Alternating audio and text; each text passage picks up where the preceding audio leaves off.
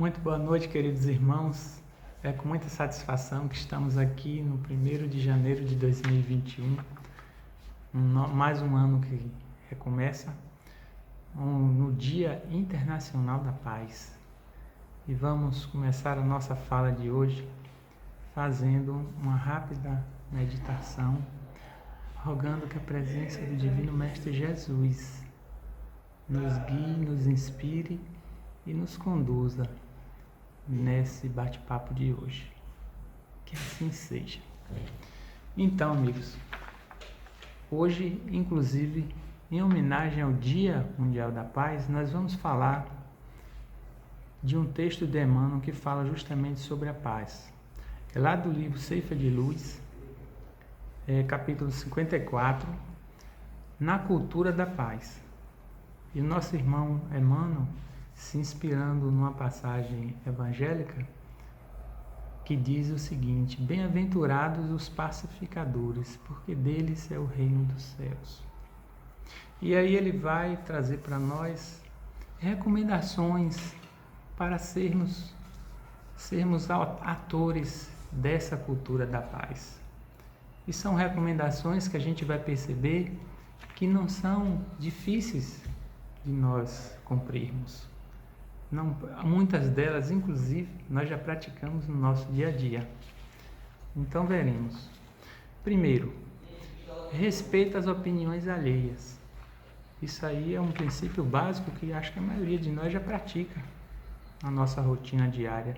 Por que é importante? Porque também nós queremos ser respeitados. E esse é um direito que, para a gente exercer, a gente precisa também respeitar a opinião do próximo, mesmo que discordemos, mas é um princípio para que também seja possível os outros nos respeitarem. Também ele fala da questão de auxiliar os que estão em dificuldades. Sabemos que essas dificuldades podem ser de várias naturezas. Dificuldade no campo físico, campo espiritual, um apoio moral que a gente precisa dar a alguém num momento de tristeza, num momento de dificuldade. Isso aí faz parte também da nossa prática da caridade, tão importante nos nossos dias. Obviamente que pode ser também do ponto de vista material. Às vezes a pessoa está passando por necessidades financeiras, não é mesmo? E nós temos também evitar críticas impróprias e destrutivas. Nesse caso, é importante a gente fazer uma reflexão antes da crítica para verificar se essa crítica que vamos direcionar a alguém tem algo de positivo a acrescentar àquela pessoa, a agregar a ela. E também se essa crítica a gente já passou pelo nosso crivo, que é uma crítica construtiva. E se tem solução o que vamos criticar. Porque às vezes você vai criticar uma determinada circunstância que você não tem uma solução para aquilo ali. Então você vai criticar para quê? Só para trazer o desgaste, trazer a insatisfação da pessoa que está lá passando por aquilo ali. Então a gente precisa fazer assim essas reflexões antes de se dirigir a alguém para efetuar uma determinada crítica. Reconhecer que todos têm provações. Aí é para aquelas pessoas que, em muitas ocasiões, acreditam que só elas passam por dificuldades. Quando sabemos que estamos num mundo de provas e expiações. E no mundo de provas e expiações, os problemas e as dificuldades serão para todos. Afinal, é dessa forma que estaremos evoluindo aqui. É dessa forma que estaremos amadurecendo, crescendo, porque a cada dificuldade que a gente supera, a gente traz com ela o aprendizado, o amadurecimento, para em outras situações idênticas a gente saber como lidar com mais propriedade. Então, ter a consciência de que não só eu que passo por problemas, todos nós passamos. Diz que sempre a grama do vizinho é mais bonita, né? Mas o vizinho também tem suas dificuldades, a gente não pode esquecer disso. melhorar-nos através do trabalho e do estudo. São duas ferramentas maravilhosas de evolução. O trabalho que dignifica o homem e nos traz um aprendizado significativo, e o estudo que não fica atrás. O estudo hoje é uma das melhores bases de evolução que temos hoje no planeta Terra. Através dele nós adquirimos conhecimento, tecnologias, novos equipamentos, novos veículos. Abrange uma gama de setores. Agora, por exemplo, nessa questão da pandemia, a área do conhecimento está sendo muito acionada para a pesquisa de vacinas, como nunca antes se viu. Obviamente que esse conhecimento todo que está sendo levantado agora, ele vai servir no futuro para outras vacinas, outros conteúdos científicos. Nunca se pesquisou tanto sobre um determinado assunto, e isso com certeza vai contribuir para melhorias na área acadêmica. É dessa forma também que nós aprendemos. Semear o amor indistintamente. Esse aqui não precisa nem de comentários. O amor, ele é o sentimento mais sublime que a gente tem hoje. Então, no cultivo do amor, a gente consegue tudo de bom à nossa volta, porque nós vamos estar impregnando aquele ambiente de algo positivo, de algo que está de acordo com as leis divinas. O amor em si, ele já diz tudo, ele já tem o seu significado próprio. Então, esse amor que a gente irradia, seja o amor de cônjuge, o amor de filho, o amor de irmão, toda essa gama são sentimentos positivos que vai trazer uma melhoria à nossa volta. Jamais duvidar da vitória do bem. Isso é algo óbvio, mas que a gente precisa ter dentro de nós essa convicção. Porque a gente passa por muitas provações e em alguns momentos a gente pode esquecer de que o bem vai triunfar sempre. Também faz parte da lei divina. Então, principalmente nos momentos mais difíceis, precisamos ter essa convicção, precisamos ter a certeza que no final o bem vence. Agora, o esforço nosso nesse caminho, ele é imprescindível. O bem não triunfa sozinho, ele faz a parte dele e nós precisamos, como em tudo, fazer a nossa parte. E se nós fizermos a nossa parte certinha, dermos conta do recado, no final vai acabar tudo bem. E só de ter esse pensamento positivo, a gente já vai estar caminhando para que termine bem. Porque sabemos que a energia quântica, ela circula de acordo com a nossa projeção mental. Também não esquecer que a paz será sempre fruto do esforço de cada um. A gente não pode também achar que a paz vai cair no nosso colo sem fazermos o nosso esforço, a nossa dedicação. A paz também é uma conquista. Nós vamos ver aqui no andamento desse estudo o quão precisa de nós fazermos a nossa parte para que essa paz ocorra. A paz, que ela é algo que não é recente, de milênios que já é pregada, e ainda estamos na sua busca, na sua plenitude, na busca dessa plenitude que ainda não alcançamos.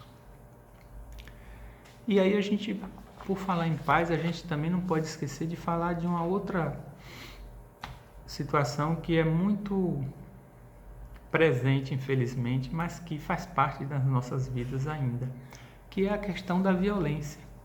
Então, assim como temos a paz, temos a violência.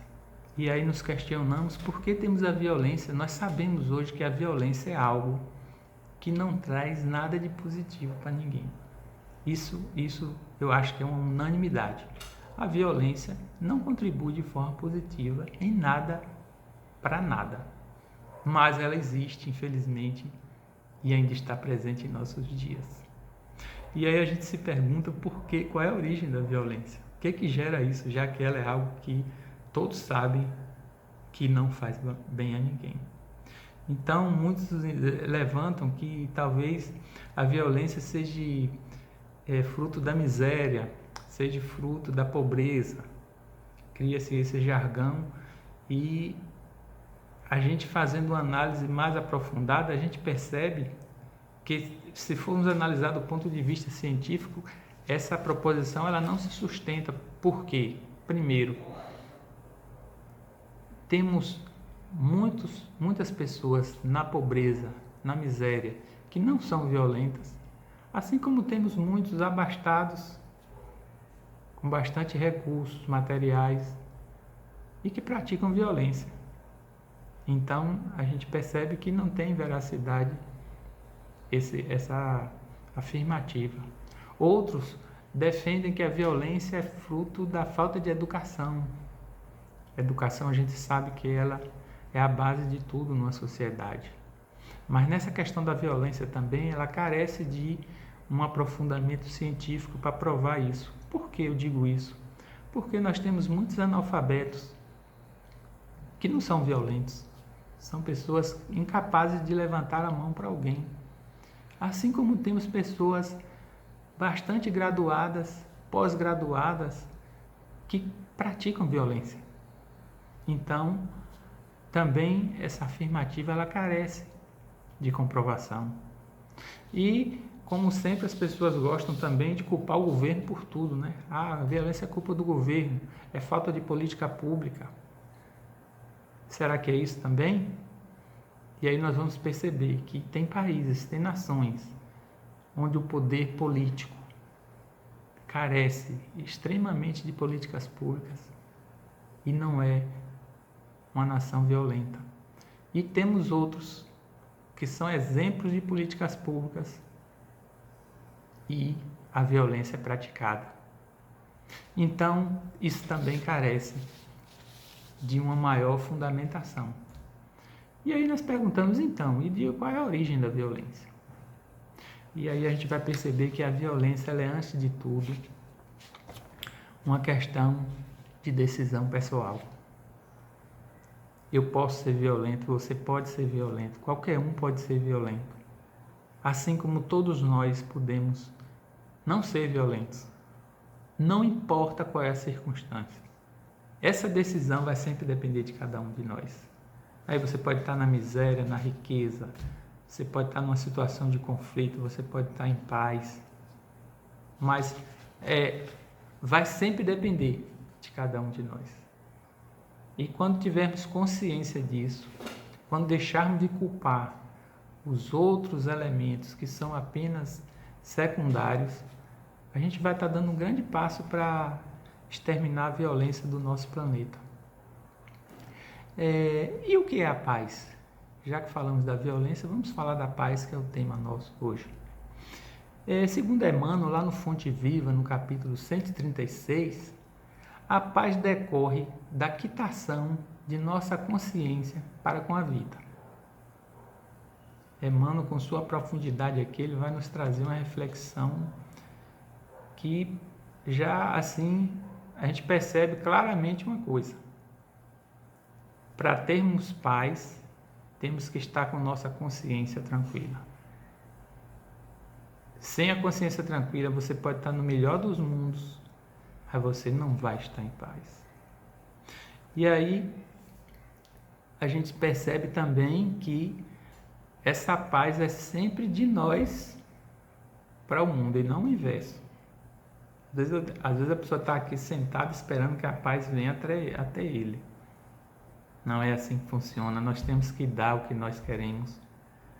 Porque a paz externa não é a paz que está dentro do nosso coração. Então, se eu preciso primeiro exercitar em mim a paz, a partir daí, esse é um elemento multiplicador dela. E no Evangelho, nós temos várias passagens que falam da importância da paz. Lá no Evangelho de João, por exemplo, Jesus nos diz o seguinte, no capítulo 14, versículo 27. Eu vos deixo a paz, eu vos dou a minha paz, mas não vou lá dou como o mundo a dá. Então, o nosso Mestre Jesus aqui deixa claro que a paz dele não é a paz do mundo, mesmo porque ele fala também que o reino dele não é desse mundo. Por que Jesus está falando isso? Qual a sua ideia com essa colocação? É muito provável que ele esteja querendo nos dizer o seguinte, que a paz do mundo é uma paz que não é duradoura e que não é verdadeira. Então, a paz que ele dá não é a ausência de confronto e de problemas. Nós sempre vamos ter problemas e confrontos. Mas ele quer dizer o seguinte, que essa paz vai dar atitude que nós vamos ter quando nos defrontarmos com esse problema, com esse desafio. Isso é que vai nos diferenciar do que não está em paz. O nosso equilíbrio, o nosso bom senso e o nosso comportamento diante dos problemas e das aflições que vão ocorrer com todos nós, ninguém está isento dessa questão. E muitos confundem a paz com a inércia, com a paralisia, com a contemplação, com coisas externas. Não é um sentimento íntimo, não tem ligação com esses elementos. E a paz jamais é inércia, a paz também é dinâmica. Inclusive no mesmo Evangelho de João, lá no capítulo 16, versículo 33, Jesus vai dizer o seguinte: eu disse essas coisas para que vocês tenham a minha paz. Nesse mundo vocês terão aflições, mas tenham a coragem, eu venci o mundo. Então, isso aqui foi naqueles momentos que Jesus estava já para se despedir da sua caminhada, porque ele sabia que os apóstolos iam passar por grandes desafios. E ele deixou claramente aqui que eles, mesmo nesses desafios, poderiam estar em paz, seguindo esse seu ensinamento. E sabemos que quase todos os discípulos acabaram morrendo de forma bastante sofrível, bastante trágica. Nem por isso perderam a paz. E Pedro, lá na primeira epístola, capítulo 3, versículo 11, ele diz: busque a paz e procure segui-la. E como é que nós vamos seguir essa paz? É uma pergunta interessante. E uma das formas de buscarmos isso é através da autoanálise. Já dizia Santo Agostinho, lá na questão 919 do Livro dos Espíritos, que a gente pode fazer essa autoanálise diariamente, fazendo uma reflexão sobre o que fizemos, o que não fizemos, o que fizemos de bom, o que poderíamos ter feito de melhor. Mas diariamente. Aí pesa muito a questão da disciplina. E uma das sugestões é que quando fizermos essa análise, nunca usemos a frase nunca mais. Nunca mais vou fazer isso. Na minha reflexão de hoje, por exemplo, eu fiz algo que eu acho condenável. Então, quando dizemos nunca mais vou fazer isso, seria ótimo, mas é muito distante. Então, Jesus mesmo ele trabalha com essa questão do hoje. Hoje eu não vou fazer isso mais. E não nunca mais, porque o nunca mais pode ser distante demais e eu voltar amanhã ou depois a estar repetindo a mesma coisa. Então a gente observa que essa questão do hoje, ela é bastante clara no Evangelho. São várias citações de Jesus nesse sentido para nos alertar. Ele disse: não vos preocupeis com o dia de amanhã, pois o dia de amanhã cuidará de si mesmo. Basta a cada dia o seu próprio mal. Aqui é mais um chamamento para vivermos o dia de hoje, vivermos o momento atual. E no Pai Nosso, mais explícito ainda, o pão nosso de cada dia, dai-nos hoje, hoje. Ainda tem irmãos que dizem, dai-nos hoje sempre, mas a oração não é assim, é dai-nos hoje. Ele faz questão de nos trazer para o presente. Por que essa importância de trazer para o presente? Porque a gente, quando começa a pensar muito no futuro, a nos preocuparmos, ou seja, ocuparmos desnecessariamente a mente, a gente acaba esquecendo do presente. e esse hoje deixa de ser vivenciado em sua plenitude. Então, quando a gente vai lá no Livro dos Espíritos, na questão 614, Kardec pergunta: o que se entende por lei natural? E olha que resposta interessante os Espíritos dão. É a única e verdadeira lei criada por Deus para a felicidade do homem, que só é infeliz no mundo por se afastar dela. Então aqui também a gente está recebendo a informação de que a gente só não é feliz se não quiser. A felicidade ela tem muita relação com o estado de paz.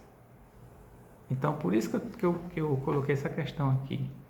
Então se a gente não se afasta da lei divina, lei natural, automaticamente a gente está nesse caminho da felicidade. Essa história de que a felicidade não existe na Terra, em sua plenitude, ela não é verdadeira. Desde que nós saibamos buscá-la em sua plenitude, ela vai existir. Claro que ela vai existir. Agora, dentro do grau que cada um é possível desenvolver, porque não é tão simples assim. Inclusive, a gente quando vai lá nas bem-aventuranças, tem uma coisa que chama atenção. Na terceira bem-aventurança, Jesus diz: bem-aventurados os pacíficos, porque herdarão a terra. Pacífico é o que? A pessoa que não mais reage ao mal com o mal. A pessoa que não pratica o mal, nem reage ao mal. Agora, é a pessoa que também não pratica o bem. Ela não pratica violência, mas ela não está na ação, ela está na inércia.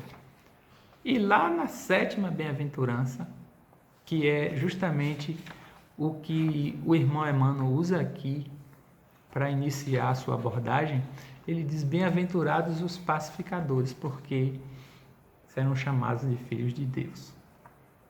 Qual a diferença dos pacificadores para os pacíficos? Os pacificadores, eles promovem o bem. E é uma diferença muito grande, porque se você não pratica o mal, mas também não pratica o bem, quem vai praticar o bem? Quem vai melhorar a sociedade? Quem vai melhorar a humanidade? E são justamente os pacificadores.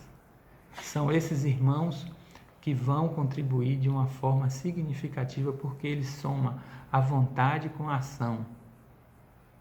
E quantos exemplos nós não temos? Na época de Jesus, nós tínhamos o quê? Menos de 10% da população atual do planeta. E já tínhamos pacificadores, inclusive ele é o maior exemplo. Hoje nós temos muito mais e precisamos de muito mais pacificadores para melhorarmos a humanidade. E isso qualquer um pode ser. Para ser um pacificador, não precisa de muita coisa. O próprio Emmanuel nos deu essa receita aqui no início da nossa abordagem. E nós podemos também, por falar em pacificador, nós temos Divaldo Franco, que é considerado embaixador da paz, um pacificador entre nós, de um quilate assim, que eu respeito muito, pois a sua obra em si já diz o que ele é. Significa sinônimo de amor pelo próximo. E o nosso irmão São Francisco de Assis, que viveu lá entre os séculos 12 e 13, nos deixou uma oração que é um exemplo de paz e de pacificador. Essa oração só foi descoberta mais de 700 anos depois, mas ela, inclusive, foi chamada inicialmente de oração da paz. Hoje é chamada oração de São Francisco de Assis. É um exemplo claro da receita para estarmos em paz, sermos pacificadores e sermos felizes. E eu vou encerrar a abordagem com essa oração, mas antes eu queria assim deixar uma reflexão para todos nós. Hoje, nos perguntarmos, eu hoje estou tendo uma conduta de pacificador ou de pacífico? Eu nem considero que não é nenhum dos dois, porque aí já está em extinção na Terra. O pacífico que não reage a violência. O pacificador, ele promove a paz. Por que eu estou fazendo essa pergunta? Porque durante esse ano de 2021, onde nossas expectativas se renovam e certamente teremos, como diria, novas emoções, é muito importante a gente ter consciência do que estamos sendo, do que estamos exercendo, do que estamos exercitando. Então, por isso eu me pergunto, hoje, minhas ações predomina pacificador ou pacífico? E durante o ano, ir me trabalhando para que eu possa, o máximo possível, encontrar essa busca do pacificador. Sei que serão muitas dificuldades, muitos obstáculos, mas não perder de vista que é no pacificador que está a transformação da humanidade. Isso é uma receita simples. Nós vimos lá no início da abordagem, qualquer um de nós pode ser um pacificador dentro das suas limitações. Então, amigos, era essa mensagem que eu queria deixar para todos vocês, desejando mais uma vez um 2021 de vitórias, de conquistas, que com certeza será para todos nós. Nossas esperanças vão se renovar e mais uma vez, certamente, o bem triunfará. Então, nós vamos fazer aqui o encerramento com a oração de São Francisco de Assis, rogando que o seu espírito de um irmão que trabalhou pelo bem, que foi um exemplo de pacificador, habite no coração de cada um de nós. E ele diz: Senhor, fazei-me instrumento de vossa paz. Onde houver ódio, que o leve o amor. Onde houver ofensa, que o leve o perdão. Onde houver dúvidas, que o leve a fé. Onde houver discórdia, que o leve à união. Onde houver erro, que o leve à verdade. Onde houver desespero, que o leve à esperança. Onde houver tristeza, que o leve à alegria. Onde houver trevas, que o leve à luz. Ó Mestre, fazei que eu procure mais, consolar que ser consolado, compreender que ser compreendido, amar que ser amado. Pois é dando que se recebe, é perdoando que se é perdoado, e é morrendo que se vive para a vida eterna. Amém? E que a paz de Jesus abrace o coração de cada um de vocês. Muita paz e um 2021 de grandes realizações, meus irmãos.